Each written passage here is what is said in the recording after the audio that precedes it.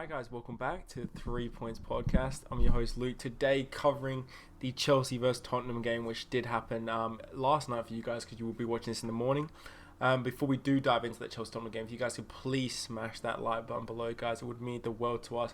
Also drop a subscribe if you haven't subscribed already. We drop videos weekly, podcast, one Chelsea video and one Arsenal video. This is all going to be happening this year, guys, so please stay tuned. Videos will be coming thick and fast as there's a lot of fixtures. Anyway, let's digress into this Chelsea-Tottenham game. And I mean, it was a pretty standard game. It was what I expected to see from Tottenham, really. And Mourinho, to be honest, I was kind of expecting him to play this kind of formation of parking the bus. And yeah, he really did do that, especially when you don't have Harry Kane. Set up in a more of a 4-2-2-2 for Tottenham, having the likes of Sissoko and Holberg, just in that really defensive positions. And then obviously Chelsea setting up in that 3-4-1-2, which I did talk about on my Instagram, guys. So if you do go follow that, it's at the 3 Points Podcast, and we post a lot of shit on there, guys. So please go check that out as well. But going back towards the game, Chelsea set up in a 3-4-1-2 formation. We had the likes of Rudiger, Silva, and Azpilicueta in the back three, with obviously Alonso and Reece James on the wings, and then obviously Kovacic and Jorginho, which it's a nice formation to see now. Jorginho, we'll get into in a second, played really well today, and he played really well last match as well. And this is what kind of shows Tuchel's success really so far at Chelsea. I mean, he's bringing the best out of these players. And for someone like Jorginho under Lampard, who struggled to even pass the ball, sideways is all he was doing, and it was getting a bit boring. He's playing so direct now. But yeah, he is a player that I'm been quite excited to watch now. Like, he's doing a lot better. Same with Kovacic as well. He's always been a baller. He's played really well under Sarri. But recently he's been playing absolutely amazing. I mean, the football he's been producing has just been world class. I mean, the touches, just go watch it back. The ball's over the top. I think he played really well in this game. But yeah, moving on to the attack, we had Mason Mount and Hudson-Odoi and Werner in the front three. Hudson-Odoi on the right, Werner on the left, with obviously Mason Mount playing that number 10 role. Number 10/number 9 role. I felt like he played really well in this role. I felt he found the space between the lines to give Werner and Hudson-Odoi the space in between and try to find those passes. Saw what Kane does. I mean, I think I would have preferred Giroud in that position, in all honesty, but Mount really played it well and he was man of the match. So, I mean, he killed it, really. So you can't really hate on the guy. I mean, Mason Mount has been an absolute baller for this past season for Chelsea. I mean, even under Lampard, did absolutely well, and people were questioning him. I mean, people always hate on Mount and like to come at his throat, and I think it's a bit unfair at times. The man is a good player. He plays well. He plays the football with good speed, good intensity, and he leaves it all on the pitch, and that's all you can ask from a player, to be honest. It does suck though, because the likes of N'Golo Kante, he's now missing out on this football due to the likes of Kovacic and Jorginho partnership, and I'm sure he will feature because we need this depth of squad. And I'm sure injuries will prevail, like we saw, sadly, with Thiago Silva. And we'll talk about that actually now, quickly. Thiago Silva grabbing an injury in the first half there. It did really actually suck. I felt like it's one of those things where I'm glad he made that decision to block that ball. But now I look back, I'm like, I wish you didn't extend yourself so much. But it was such a good interception. But now we've lost one of our key players. But let's not forget that when Andreas Christensen came on, he played absolutely sublime. I've never seen such composure from him in a while. I mean, as a centre-back, you can just see Andreas Christensen's come on such a long way since when he first joined. And you got to understand, under the Kante era, he played really well.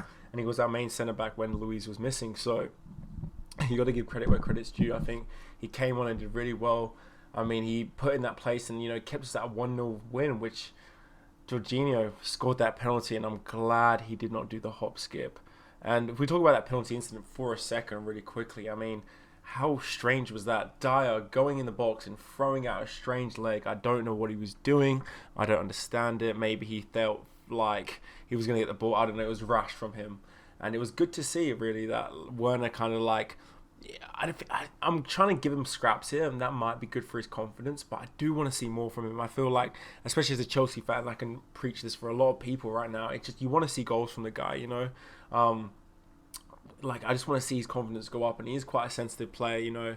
This guy's come off for a match before due to like really loud noise in Russia. He actually got really sick and dizzy from it, so not to hate on Werner, but he's quite a sensitive individual. He needs to be in the good form to be scoring goals, and we've got to work around him for now. I mean, he hasn't been scoring, and I think we've got to get round the lad, and hopefully he gets some goals. But if I'm the likes of Tammy Abraham right now, I'm questioning why I'm not starting because I've been banging goals in. But to be fair, he did not play well when he came on when he started against Burnley. Not Burnley, sorry, I think it was Wolves. He didn't really offer much, and I'm glad that Werner's kind of like took that role on. It is sad for Giroud. Likes of Giroud should be coming on as well and playing that position.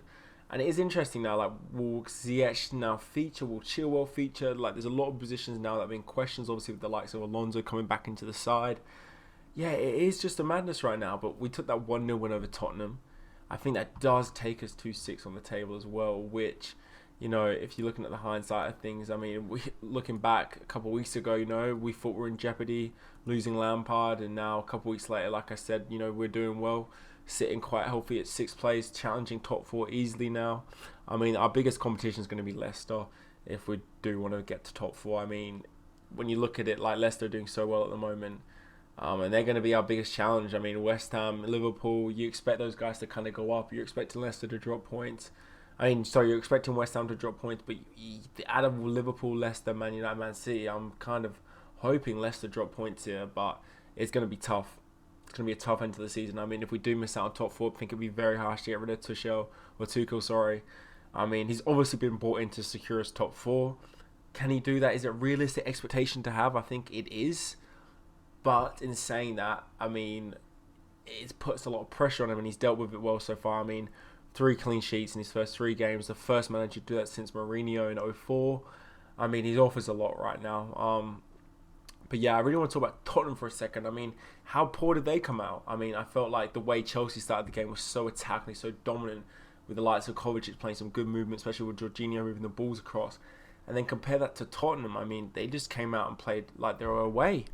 I mean, they're part of the bus. They looked poor. They had no tenacity about them. Nothing seemed to want to go for them. I mean, like, do something. I felt like they didn't offer anything, and it was kind of almost boring and heartless to watch. I felt like it was too easy.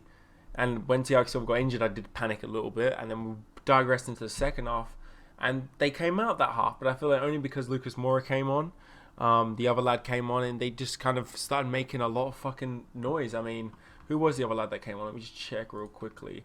So Ndombele came off and Bergwijn came off for Lamela and Moura, and I felt like Lucas Moura and Lamela gave more. I mean, Bergwijn, he played really well. I felt Ndombele actually was doing well. I would have took maybe Vinicius off. I didn't think he offered much.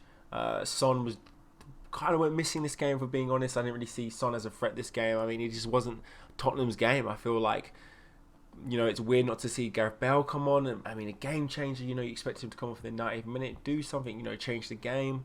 I mean, he didn't even feature. I mean, where's Mourinho heading now with Tottenham? Do we see him staying? I don't know. I feel like they have to stay with him now to the end of the season, mainly just because you've brought Poch in. You had Poch. You've now got rid of him. You're now bringing Mourinho in. Can you get better than Mourinho, Spurs? And that's maybe me as a Chelsea fan dissing you guys, but I just don't know who you can get better than Mourinho right now. And he's your best chance at getting some type of silverware, whether that is the League Cup or whatever trophy you guys are going for. But I don't know. Like, let me know in the comments below, guys. Do you think Mourinho will feature for the rest of the season? Do you think he could get sacked, or do you think the Spurs need to cut the losses and keep him? In saying that, also let me know in the comments, do you think Tuchel can get Thomas Tuchel can get top 4? Is it a possibility with the likes of Leicester just winning the last game? I mean, if we look at the table right now, it's not looking too good for us. It's going to be hard. I mean, they're sitting on 42 points right now, 3rd on the table. I mean, it is brutal. You got Man United just above them, 44, and then obviously Man City. I think they're going to beast the league now, 47 points. I think it's going to be a tough end to the season, boys. Let me know. I mean, it was a good game, 1-0 over Tottenham. I'm happy about it, but it's on to the next one. We have Sheffield United in a couple of days, and we will be covering that. So please, guys, stay tuned. There will be coming another video out quick and fast, and that will be the Arsenal Aston Villa preview game. So please stay tuned for that. If you did enjoy the episode, leave a like, guys. Also, let me know in the comments below and I'll see you next time, guys. Peace.